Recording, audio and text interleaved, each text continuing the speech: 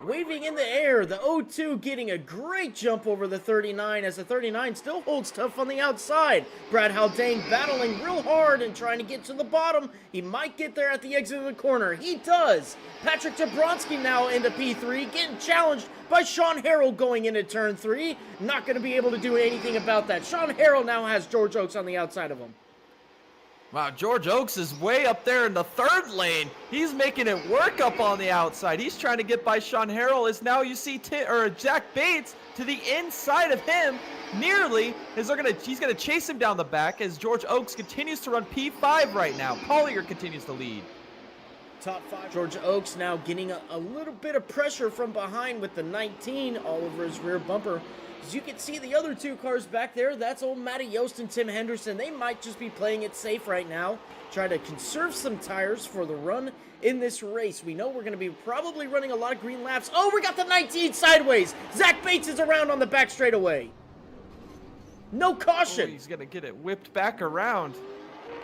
No caution. You can absolutely see that with the 72 car right now of Sean Harrell. He's just holding on behind the 23 of Patrick Jabronsky. The 6 car maybe having a little bit of get up and go right now. He wants to get him out of the way. Is that the 23 in the wall? The 23 is in the wall. And the 72 takes control of P3 now. Sean Harrell up into P3 with George Oaks now battling the 23. And George Oaks now gets by. That promotes him to P4. Patrick Jabronsky going all the way back down to P5. He's running his line. Whether he's catching him or not on corner exit or entry, it's all depending on the line that they're taking. But he's doing a phenomenal job as he's closing up. Harrell's going to give him the bottom. He knows Oaks likes it down there wrapped around the bottom. He's going to leave that open gets to loose. him. Harrell gets sideways. Here comes Oaks. He's looking for P3. George Oaks now on the bottom side of the 72 coming through 3 and 4. He's looking to clear him off of 4. He does, but be careful. The 72's got to run. Coming down the front straightaway, he's not going to be able to do anything about it. The 6 car takes away his line going into turn 1, and the 6, George Oaks, hold on to the P3 position. Yep, here comes Henderson now. He's got another opportunity to get by this 23 car right now. He's all over the rear bumper now. Going into turn 1, the 23 takes a defensive line, and the 20 goes to the top.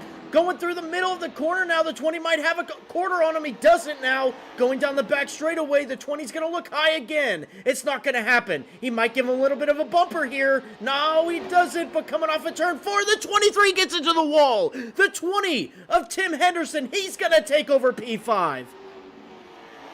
Yeah, he's flying. He was looking to the outside a lap or two ago. He's going to go back to the bottom. He's going to draw real close to that 72 car. He's looking to the inside here down the front. Does he make it to the bottom here into turn 1? He does. He's wrapping the bottom. Harrell's going to give him all the room in the world. We're side by side here off of turn 2. Coming down the back straightaway now and into turn 3, the 20 car clears the 72, and off of turn 4, he has got that position. Tim Henderson in the 20 car up to P4. Now George Oaks has got Zach Bates in front of him. This could come into play. He's going to leave the bottom open for George. He knows that's where he's been running. A lot of respect shown there by Zach Bates as now Tim Henderson has got the 19 car in front of him. Where's he going to go as Zach Bates gets into the wall? Oh, makes some significant contact. George Oaks and Henderson go by. 70 car looking very strong right now. He's getting up to the rear bumper of the 72. This might spell trouble for the 72 as the 70 looking like he's got a little bit more speed here. Matt Yost pulling a 19.4 as the 72 pulled a 19.5. He's going high into the entrance of turn 3 and off of turn 4 now. The 70's on the inside of the 72. Going down the front straightaway now. The 70, he's going to take the inside line going into turn 1 and he's going to take over that position, but he grabs the apron and the curbs on the bottom. No, it does not matter. The 70 car passing the 72. That puts Matt Yost into P5. Yeah, Tim Henderson had a lot of right front damage. Makes you wonder if he was just pushing a little six hard. in the Oh, George wall. Oaks is into the wall. Oh, that's some significant contact. That's going to allow Collier to lap him here. Everybody is struggling right now while Rob is just glued to the apron, making lap time just astronomical speed out of this 0-2 car. Flying. He just lapped 3rd place. As he now gets up to the rear bumper, we're going to be watching this battle from on board of Brad's cockpit as he goes to the inside of the 6 car. He's looking to make that pass. He's side by side now. Oh, he makes contact with the inside wall. Nonetheless, overtakes George Oaks. Yeah, he's drawing right up to his bumper. He's going to have to find something here, though. As he draws right up to his bumper, does it give him a little bumper business here off of turn 4? Henderson's going to throw a block. Here comes Matt Yost looking to the inside. Henderson is running a defensive line into turns 1 and 2. Oh, Matt Yost grabs the apron. He goes sideways. He saves it. As Matt Yost continues to battle with the 70 car.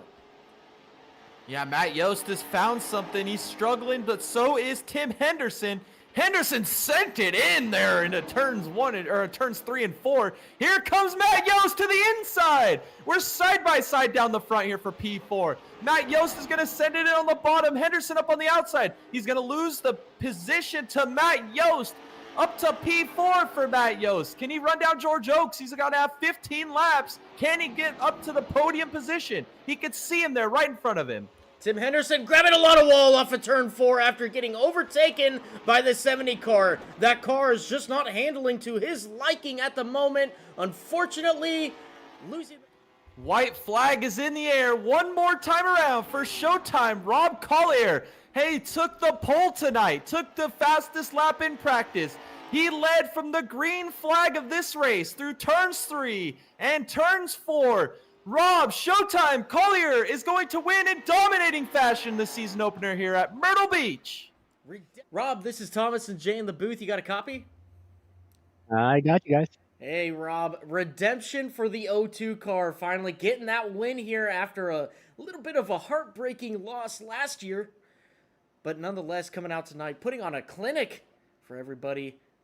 And just coming out with a rocket ship Kim Jong-un would be proud of, and getting the win done tonight. Tell us, what was your race like from beginning to end? Believe it or not, it was just a big variable in it, with the fact that I was pretty sure we're gonna go green flag all the way, just with the field that we had, if the tires are actually gonna hang on or not. Because last season, I think our longest green flag stretch of any race was maybe 40-ish laps. Right. And those tracks, I was seeing some bad wear. I think just hustling it around. So I was a little wary with that. Like about halfway, I got my first warning for the right front. And then mysteriously, I got another warning at lap 95 just saying I'm going to need rubber soon. I was like, well, cue something happening to Rob in a race. Well, you hold on to it. The tire, I mean, what was the percentage left on that tire? Right front was sitting about 35 at the end, and I'm going to guess the right rear would have been about the same before I did those little burnouts there. Wow. So, not too bad. No, not bad at all. Honestly, 125 laps here with the type of lap times you were pulling is actually pretty impressive. Obviously, a great handling race car that you had, and, I assume not having to push it real hard. Those tires would have been a lot less, in my opinion, for that green flag run if, you were pushing every lap like that. But, I don't know what to say. I mean, you just came out, put on a clinic, definitely put the work in there, and just absolutely nailing this setup. Congratulations, Jay. That's all I got for Rob right now. What do you got for him? Yeah, Rob, you had that Kia on fire. A couple of the other drivers, George Oaks and Brad Haldane, said a little bit mixed thoughts on their fuel. Brad said he was really good to the fuel, and then George said if you didn't lap him, he would have ran out. What was your fuel number looking like at the end of the race? Yeah, he came in and told me that. He was like, it sucks he got lapped, but he's like, thanks for lapping me. I was able to finish. But no, in practice, I was showing like usage right around a little over 1/10 of a gallon a lap. So I just started at 18 to have about a 7-lap cushion. Because, yeah, Gio was saying that I think he started at 16, and, yeah, he found some trouble there.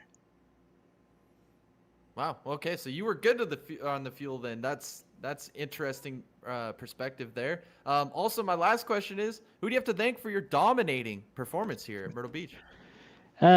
Thanks to SK for giving me the initial baseline for this setup, and then I did some voodoo magic to make it a rocket.